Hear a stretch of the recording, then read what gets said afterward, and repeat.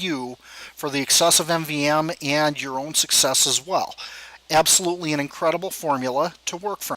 So now that we've got a little understanding of how the abacus formula is actually structured, in the next slide that we're looking at, we're going to take a look at multiples of different investments that are out there and how the comparative risk of a life settlement pool or portfolio looks in comparison to some of the traditional investments that you're used to seeing or accustomed to in the market.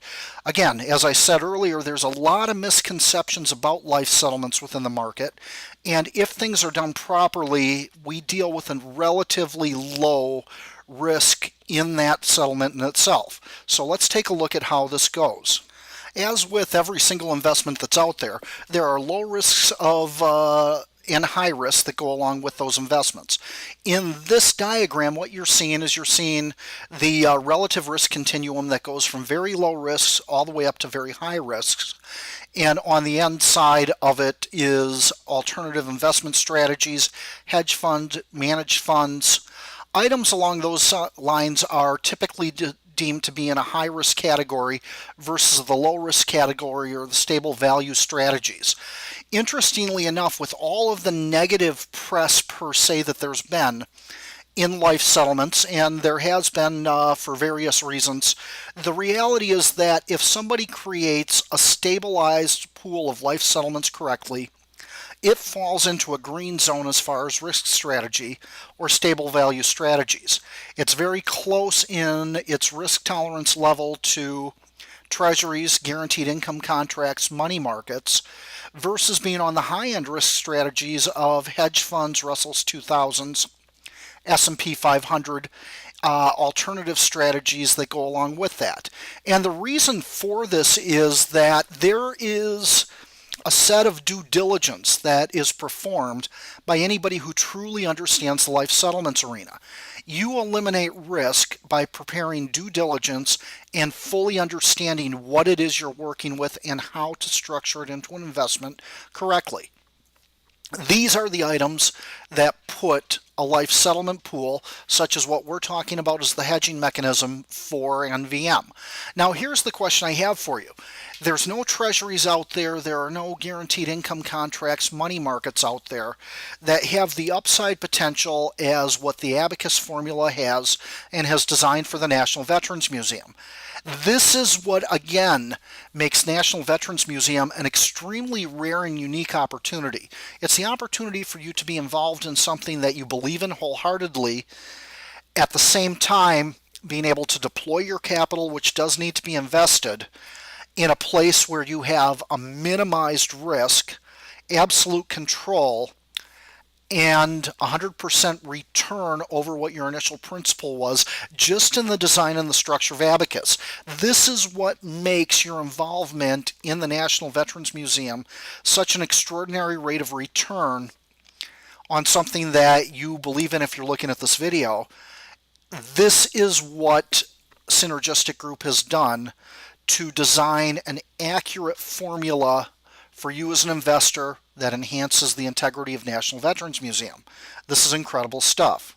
Now, as we've talked about the underlying quality of what's been designed with the abacus formula for the National Veterans Museum, what we also need to understand and take into consideration is the size of the industry.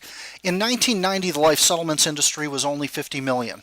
By 2007, it had escalated up to $12 billion. It is estimated to be over $100 billion by 2016. These are the items of an emerging growth industry. This is where our timing is absolutely perfect to use a structure like this for the National Veterans Museum. There's just a whole lot of reason here as to how we've chose this emerging industry as a hedge mechanism to facilitate the work by Synergistic for the NVM. So now that we understand a little bit about the growth of the life settlement industry, let's have a conversation about mortality and the reasons why somebody would sell their life insurance policy in the first place.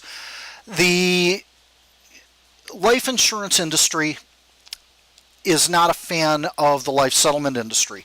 However, life insurance policies have been deemed personal property, not property of an insurance carrier. And what that means is that somebody enters into a contractual agreement with an insurance carrier to give them X sum of money on an annual basis while they're living to receive a Y sum of money when they have passed on. So this has held true since the early 1900s as personal property, and personal property rights go along with it.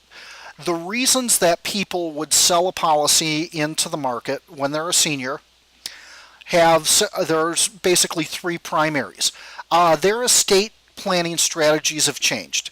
They no longer need a $5 or a $10 million or a $1 million policy to transfer to their children or their grandchildren in their typical estate plan that they had originally designed. That's one option or one possibility. A more prevalent possibility is that somebody has been making premium payments for 15, 20 years, maybe 10, 20, or even $30,000 a year to maintain that $1 or $2 or $5 or $10 million policy. Their financial circumstances in late retirement no longer allow them to keep up on the premiums.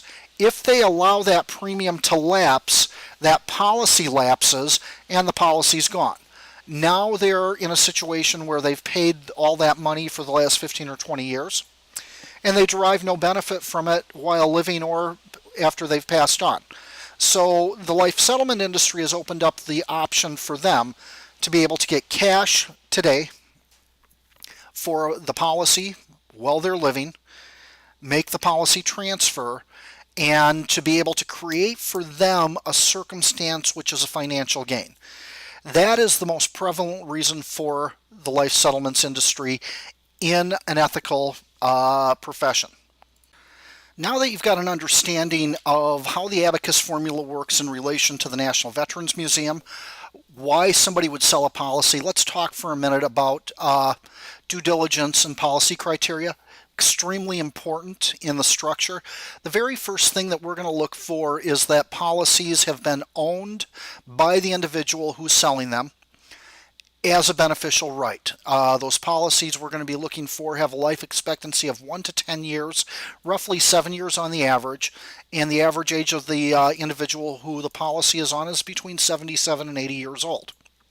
The reason that diligence must be performed is after looking at the industry, the STOLI, which we talked about, a stranger-owned life insurance policy, people who've used them for fraud, extreme due diligence is necessary to take the risk tolerance level down to that green zone. It's a stringent process. It involves attorneys doing review of chain of title on the policy, what the beneficial interest was on the policy when it was written. There's a lot of legal that goes into it, and if you're somebody who's moving forward with MVM, you'll actually be involved in the policy selection and criteria process so that you know exactly how it's designed and how it works.